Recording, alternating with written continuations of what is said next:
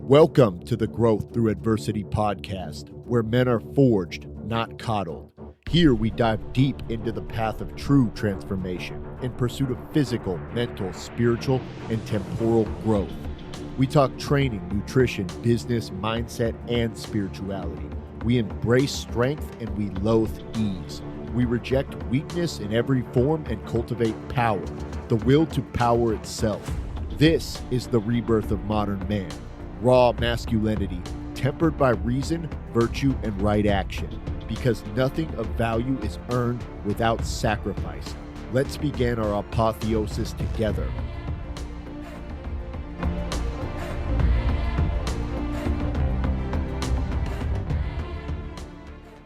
Welcome to another episode of the Growth Through Adversity podcast. This morning, we are going to be talking about the fat loss pyramid and what actually matters in fat loss and what is just like marketing and a fucking myth. Because when I start working with people, I see a lot of people have misconceptions about what's actually important when it comes to fat loss. So we're just going to break it down. I have my pyramid basically, which is a hierarchy of importance for fat loss. So if you want to focus on fat loss, these are the things that you should focus on, and then we'll go through some of the dumb shit that people think matter that doesn't actually matter for fat loss. Cool. So the purpose of this live is going to be to kind of reframe fat loss as a system rather than a mystery. To a lot of people, it seems like it's a mystery. There's a lot of guesswork to it, and it's really, really super fucking simple when you get down to the brass tacks of it. It could not be more simple. That's not to say that it's easy, but it is simple from a theoretical perspective. So we're going to go through all that. And we're going to show you why most people just waste their energy on low impact bullshit and never really get the results that they want because they don't focus on the high impact shit that actually moves the needle and actually matters. And we're going to give you a crystal clear blueprint to follow immediately. So I want you to be able to walk out of this live and be able to start utilizing the tools that you learn here tomorrow to start losing the weight that you want to lose. And more importantly, like, I hate the term weight loss. We're talking about fat loss. You don't want to lose weight. You don't want to lose muscle. Water doesn't really matter. You want to lose body fat. So that's super important, and that's not something you're going to find in fad diets or in any of the fake shit that we go through later in this. Cool. So number one, what actually moves the needle?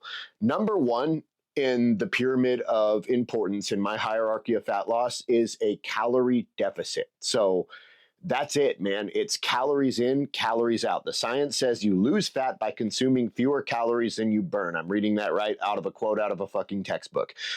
Period. That's it. So if you want to lose fat or weight, period, you have to eat less calories than you burn every day. And then your body is in a caloric deficit and you have all this nice stored fat, especially around our midsection and our love handles and for women on the bottom of the arms here.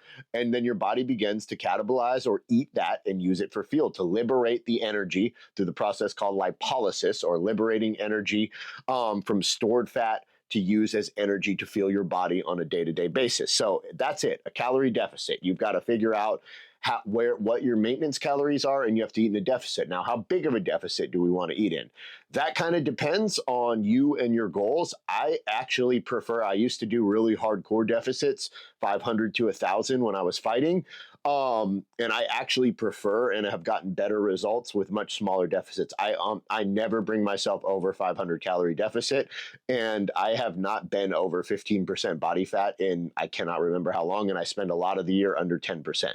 So you don't need to be fucking starving yourself and killing yourself. And I retain a lot more muscle when you do smaller calorie deficits. So that's kind of the trade-off. If you're doing these big, massive deficits, yes, you're going to lose fat faster. You're also going to chew up some muscle in that process, which we really don't want because we work really hard for our muscle, and our muscle is useful in both athletics and just it's appealing on a visual standpoint, and it's good for our health. So we don't want to lose our muscle. So thermodynamics doesn't give a shit about anything other than a calorie deficit. It doesn't care about your feelings. It doesn't care about fad diets. It doesn't care about anything. The process of burning The first process of burning calories for fuel is simply, it's a mathematical process where your body is going to liberate energy. Heat, the calorie is a measurement of heat. Heat's going to create energy that your body is going to use to fuel itself. So again, if you want to gain weight, you have to be in a calorie surplus. So you have to eat more calories than you're burning. If you want to lose weight, you got to be in a calorie deficit. So best tools I have to track this is, number one, you've got to track it. You've got to take the guesswork out of this, because I had this conversation with the client in check-ins yesterday. And I used to do it myself, I'm guilty of it. A lot of what I figured out is not just through research, it's through experimentation myself as a pro fighter, experimentation on myself as an athlete, working with different clients over the years. And I used to just guess. I used to just like, oh man, that's probably about 6 ounces of chicken. That's probably about 8 ounces of ground beef. That's probably about a cup of rice. And the problem with that is you overestimate it drastically. And I see that pretty universally with people. We think we're eating a lot less than we are. So take the guesswork out of it, weigh your food, measure your food. All you really need is a cup measure and a food scale. So weigh and measure your food so that you're not guessing on how much you're eating, and then track your calories. MyFitnessPal is an awesome tool. Macro Factor is an awesome tool. Really, any calorie tracking, macro tracking app is going to do the trick and is going to work just fine. So, number 2, a high protein diet. We need to eat somewhere between 0.8 grams to about 2 grams of protein per pound of body weight when we're cutting, when we're in a deficit. So you don't have to eat that much protein, especially on the higher end of that, when you're bulking, because your body's not starved. And if you're in a calorie surplus, your body's not starved, your body's not stressed, it's not going to waste muscle. It has no metabolic signaling telling it to burn off muscle, because there's no stress there, indicating that it should reduce its size and it should get rid of some of this muscle and it should get rid of some of this mass. Now, when you're in a deficit, it's getting all of those signals. Your body's panicking. You don't really need excess muscle to survive, so your body doesn't mind chewing it up and using it and getting rid of it, because it takes a metabolic demand. Every pound of muscle you have burns about 3 calories a day, 4 calories a day. So it's having a demand, and it's not really a necessary demand. So your body will burn it. Now, there's a couple ways that we can prevent this. Number 1 is going to be eating a really high protein diet, because you've got a lot of excess protein in you. Your nitrogen balance is in the positive. So your body is at least going to retain the muscle mass you have, and quite possibly maybe will build a little bit of muscle if you're not in too big of a deficit.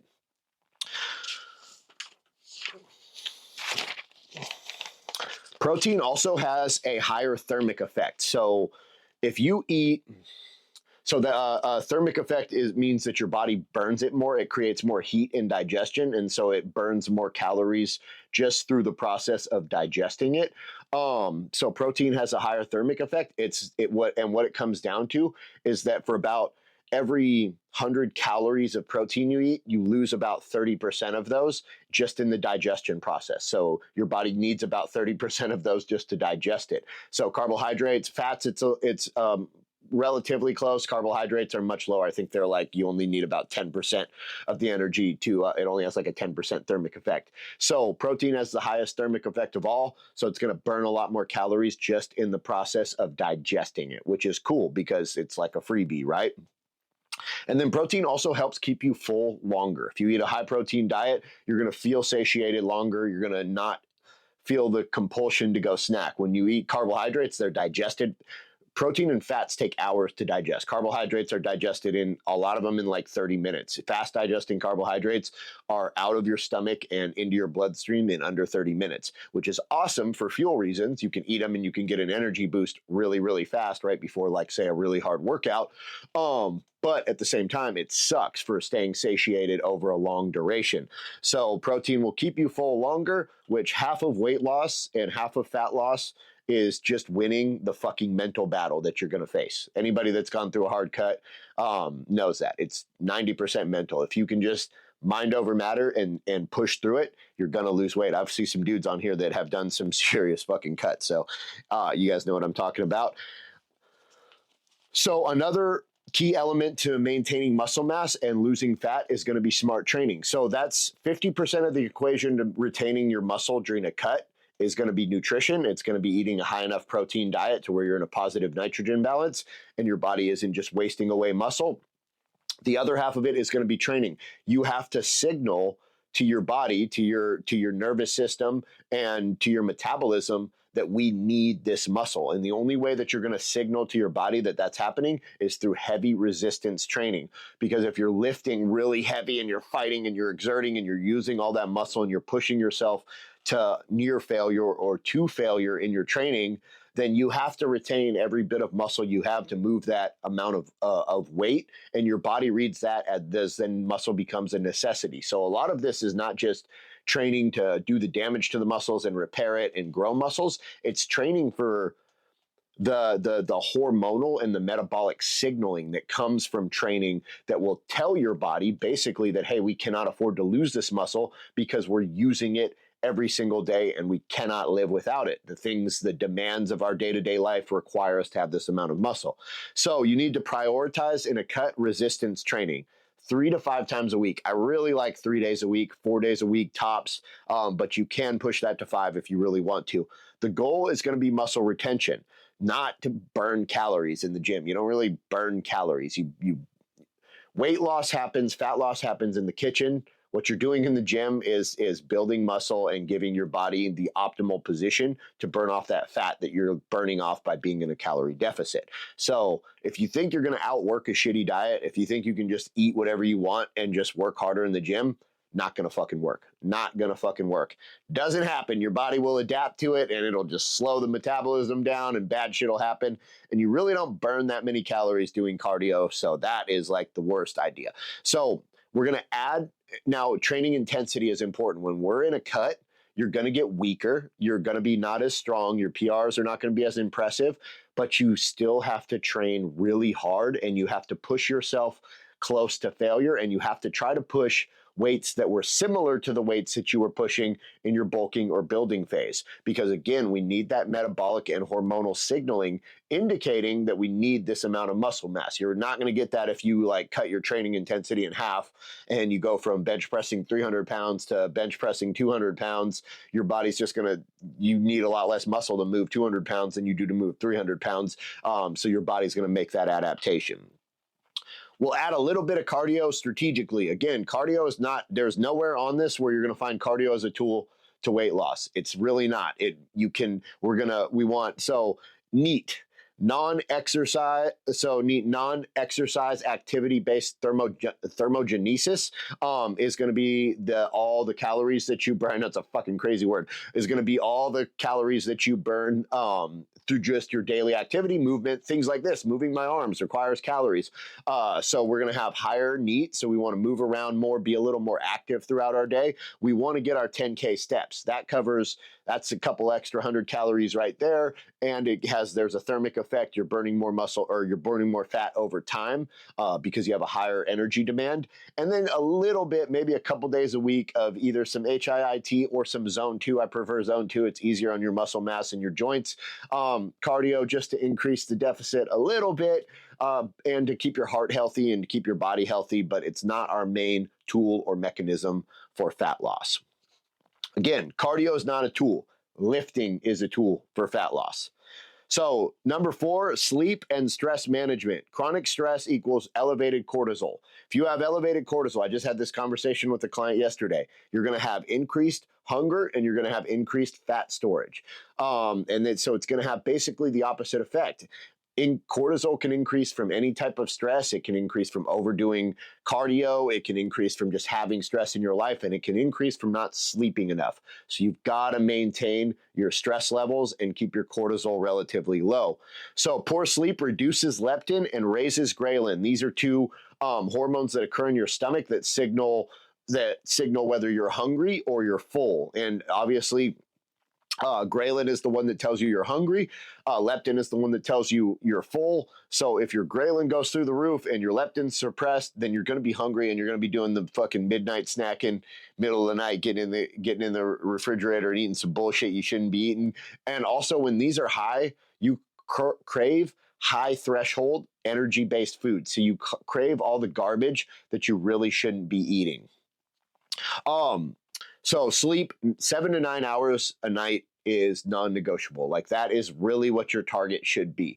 Anything less than that, and it's going to affect your fat loss. There was, again, I've talked about it before, there was a study where the only variable, they had two groups, they did the same training, they had the same diet, they had the same nutrition, the same deficit. The only difference was one group slept 6 to 7 hours a night, the other group slept 8 to 9 hours a night. The group they lost the same amount of weight, but the group that slept more lost like 70% more weight from fat versus from muscle. The other group lost the same amount of weight, but it lost a lot more weight from muscle. So that tells you a lot.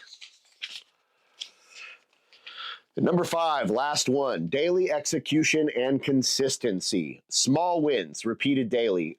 Like people get focused on the big goal too much, and it's important to have big long-term goals, but you've also got to have these shorter, small-term goals, and you got to focus on your daily wins, hitting your caloric goals, hitting your protein goals, making it to the gym every day. That's what's going to ultimately produce the desired results and changes that you want to your body. So adherence to a program. Like you're going to have a program. You're going to have to plan this out. It cannot just be guesswork, and you're going to have to adhere to it. Like I tell people, I look at my clients and literally their results are I get a compliance score number, right, for every client. So it gives me 3 numbers. It gives me a 7-day compliance, a 30-day compliance, and a 90-day compliance in the app. And it pops up on a dashboard right when I open it up to check on everybody. Clients that are getting the amazing results that are turning into my before and after photos that you see all over my Instagram, they're probably fucking annoying at this stage because I post so many of them, but I'll never stop posting them because it's clients fucking winning. Those are always 100% of the time above 90% compliance on all 3 of those numbers usually. So, and then clients that aren't getting the results as fast, or it's delayed, or it's like undulates, they get some results and then they have a regression and then they get some results and it's kind of just like, it's like a constant fight. Their compliance numbers are low. So, and I'm just saying that because it's the truth. You know what I mean? So and I'm not saying it has to be my program, but you have to get on a program and that works. That's not fucking bullshit, not a fucking scam. That works, and you have to fucking comply with it. You have to adhere to it diligently and militantly, because the results that you're going to get are going to be directly proportional to how well you comply with the program. That's how this shit works. Awesome. So let's move into section 2. Shit that doesn't move the needle. Fucking fake science, man. The trap door that everybody falls through. All right, so this just should go without saying. Waist trainers and sauna belts. Come on, you're just sweating out water. Anything where you're just sweating a lot, sweating does not mean you're losing fat. Because you're sweating a lot does not mean you're losing fat. It means you're losing water. It means your body's really fucking hot and it's trying to cool down. So yeah, the whole sauna belts, sauning, and waist trainers, like I'm going to squeeze my belly really tight and lose fat. No, you're not. It's not going to work. Bullshit. Has zero impact on abdominal fat loss in every study that's ever been done. So now, sauna has some good benefits from a health standpoint, so I'm not saying don't sauna, but don't go in the sauna and think you're losing weight. Because you're losing weight. You'll get out 10 pounds lighter. Believe me, I've lost like probably 20 pounds in a sauna in fucking a couple days.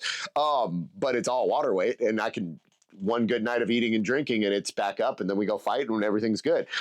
So detox teas and juice cleanses, the dumbest shit in the world. Luckily, I think this is kind of like, this was the 90s, early 2000 craze. I don't hear this as much anymore. Every once in a while, it still pops up. So they're just diuretic. Okay. They make you lose a lot of water. They make you shit a lot. They you know what I mean? It's not real weight loss. There's no evidence of a detox effect. So evolution, 4 billion years of evolution has given you 3 organs, 2 sets of organs, a liver and 2 kidneys that are more efficient at fucking detoxifying your blood and your fluids than any fucking silly ass little fucking juice cleanse pill that you can buy at GNC for $99 or whatever fucking scam they're running. Your liver and your kidney are amazing organs. You do horrible things to them. You do a fucking shit ton of drugs, alcohol when we're young, and you fucking survive it all, and your body put poison after poison in, and your kidneys and your liver fucking filters that shit out perfectly to where it has zero fucking long-term effect on you if it's not done to crazy fucking excess, right? So trust your kidneys and your liver. They're way better detoxifiers than fucking green tea. So yeah, juice cleanses, detox teas, garbage. Save your money. All right, fat burners. So this one gets a little bit weird. So the shit that you buy over the counter is just caffeine and herbs, and it doesn't do anything. It will give you a small metabolic boost, but studies have proven that it's maybe like 100 calories a day. And it also will raise, super high doses of caffeine over time will raise cortisol and will have that reverse effect on fat loss that we've already talked about. So definitely not a good long-term strategy, right? So now, those are your common over-the-counter ones. Now, I am going to go through two classes of drugs that actually do help with weight loss, but one of them is relatively safe but has some gnarly side effects. The other one is pretty fucking dangerous, and I highly don't recommend. So, number one, the GLP-1 agonist. So GLP means glucagon-like peptide 1. That's a hormone that increases insulin release when glucose is high. It slows gastric emptying. It reduces appetite and food intake. And it lowers your blood sugar. So these really do fucking work. But the problem is they also inhibit protein synthesis. So if you're lifting weight and you're trying to lose fat, so what I tell people, and obviously I'm not a doctor, so don't take any medical advice from me, but what I tell people is if you're morbidly obese and you're having health effects from being morbidly obese and you don't know where to get started, the GLP-1 agonist honestly can help you lose that first bit of weight. But we're talking people that are like over 300, over 350, that are like morbidly obese, maybe considering a gastric bypass surgery, maybe want to try something else first. That's who the GLP-1 agonists are good for, and they will help you fucking lose weight. They definitely will. They do inhibit protein synthesis, and they do have some other side effects. But overall, they seem pretty safe from what I've seen. I've read quite a bit of studies on them, and they're effective, and they're relatively safe. So these are drugs like semaglutide, liraglutide, trizepatide, and that whole family that ends in tide. Retatrutide is the newest one, and it's not a traditional GLP-1 agonist, and it's outperforming the older GLP-1 agonist, so it's probably the future of this class of drugs. But like I said, they definitely work, but at the same time, there is a price with it, and mainly it's going to be really hard to build muscle, and it's going to be really hard to maintain muscle while you're on a drug like that. So number two, this one is one I run into all the time. Clenbuterol. So it's a beta-2 adrenic agonist. Adrenic agonist, sorry, adrenic agonist. It was originally developed as a bronchodilator for asthma, and it's not FDA approved for human use in the US right now. Now, that doesn't stop people from using it. A shitload. This is very common. Commonly used in the bodybuilding communities and for cutting phases in athletics. A lot of athletes are using Clen to cut weight. Now, Clen is not safe, definitely not safe. How it works, and it does work, it stimulates the beta-2 receptors and it increases your body temperature and basal metabolic rate. So BMR is your resting metabolism. It is the amount of calories your body burns in a resting state just to maintain your organs and your tissues functions and your basic living functions, right? So Clen is going to boost that up, so you're going to burn more calories at rest, and you're going to have faster fat loss. It also mobilizes fat stores. It promotes lipolysis, or the breakdown of fat from stores stored in cells for energy. It helps shift the body into a more thermogenic state. So it actually raises your fucking body temperature substantially. This is one of the ways why it's dangerous, because it's very easy to overheat and it causes a lot of cardiac stress, but it raises your body temperature like permanently the entire time you're on it, which helps you burn more and more calories per day. So it will also suppress your appetite. It will reduce hunger and adds a little bit more caloric control. It's not nearly as good of an appetite suppressor as the GLP-1 agonists are, but it does suppress the appetite. And it has a mild anti-catabolic properties, meaning that it will prevent muscle loss and preserve it, unlike the GLP-1 agonists. So now that's all great and dandy. Now I'm going to run you through, because like I said, I do not recommend this for anybody, but I know athletes are going to use it. So here's what you need to know about major risks and side effects. So just the basic stuff you're going to get, it's like, I mean, it's a stimulant. Basically, it's speeding your body's processes up. So you're going to get all those unfun stimulant effects. You're going to get jitters, anxiety, insomnia, high blood pressure, heart palpitations, all that good fun stuff. Now, the really long-term dangerous stuff that can kill you that it can do is it can lead to heart enlargement, because your heart is beating so fast all day, every day. It's thumping away. Heart's a muscle. The heart's going to hypertrophy or grow. When the heart hypertrophies, it's not a good thing. It's not like what our muscles do, because then it can not pump as much space because everything's tighter and all the muscles are ground together, right? So we don't want that. It can cause an arrhythmia, and it can cause cardiac damage with long-term effect. Now, this is truly typically seen when it's abused, although it not necessarily. People have died from this shit and without abusing it. So like I said, athletes have been using it for years. Athletes are going to continue to use it. I just want to give you guys the tools to make an intelligent decision, and know that it is one of the drugs that most drugs, performance-enhancing drugs, aren't going to kill you on the spot. There's a couple of them that can. This is one. Insulin's another one. So these are kind of the drugs that you want to be really fucking careful with if you are going to take a calculated risk and use it. Again, I highly recommend that you fucking don't. But I also know that people don't give a shit what Ragnar recommends, and they're going to do what they're going to do, which is cool. So I'm going to give you the ability to make an intelligent decision and to know through the things that you need to watch for. You need to watch your blood pressure. You need to watch your heart health. You need to get your blood work done. You need to get your heart checked out for any arrhythmias or anything weird before you even consider doing something like this, and try to make it as safe as possible, because I don't want to see you guys hurt yourself. But other than that, so we're going to move right on. Like I said, I just wanted to gloss over those, because we're talking about fat loss, and those are going to come up in the gym culture world. So now another fake science thing is over-focusing on supplements. So creatine, whey, fish oil, they're great. They're not going to be the fucking holy grail to helping you lose weight. Fat loss doesn't depend on pills. It depends on a caloric deficit. That's it. So chasing supplement stacks is a distraction from creating real tangible habits that will help you lose weight. So micromanaging your meal timing and focusing on things like intermittent fasting. Intermittent fasting is a great way to control calories, but still you're losing weight because of caloric control. It's not some magic trick that if you only eat in this amount of time, you're going to be really skinny and really shredded. No, eating in that amount of time is going to make you eat less calories, and it's going to put you in a bigger caloric deficit. That's it. Meal timing doesn't really matter. It's secondary to meal uptake. So to total uptake. So hitting your caloric goals every day is much more important than the time that you hit them. The whole, you can't eat before bed, all of that shit, none of it really matters. You can eat at any time. What really matters is total calories in versus total calories out. So that's really all I've got tonight, and I wanted to share this because you've been lied to. Fat loss isn't really about finding the next hack. We've already figured out and we already know what works. It's about mastering the basics and the fundamentals. The fundamentals are fucking fundamental because they work, and it's about executing these fundamentals daily and staying ruthless to your standards. You don't need motivation.